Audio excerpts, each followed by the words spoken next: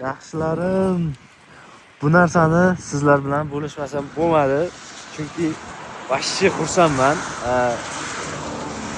O'sha 1,5 soat ichida Zominda 1,5 mingta anjumani qilgan Nurobod o'g'loni men bo'laman. Ko'pchilik meni Zomindan deb o'ylabdi, lekin men Samarqand viloyat Nurobod tumanidanman. O'sha challenge'da birinchi o'rinni olib, Xudo xolasa uyga ketyapman. Bu hech qanaqa montajsiz, hech qanaqa ssenariysiz joylanadi. Hozir bu videoni meni natijamni intiqib kutgan tanishlarga, akalarga, ukalarga, meni bilgan hammaga tashib qo'yinglar. Iloji bo'lsa bitta istoriya qo'yib, kommentariyaga shirin fikrlardan yozib ketingizlar. Xudo xolasa bu narsa davomiy bo'ladi degan umiddaman.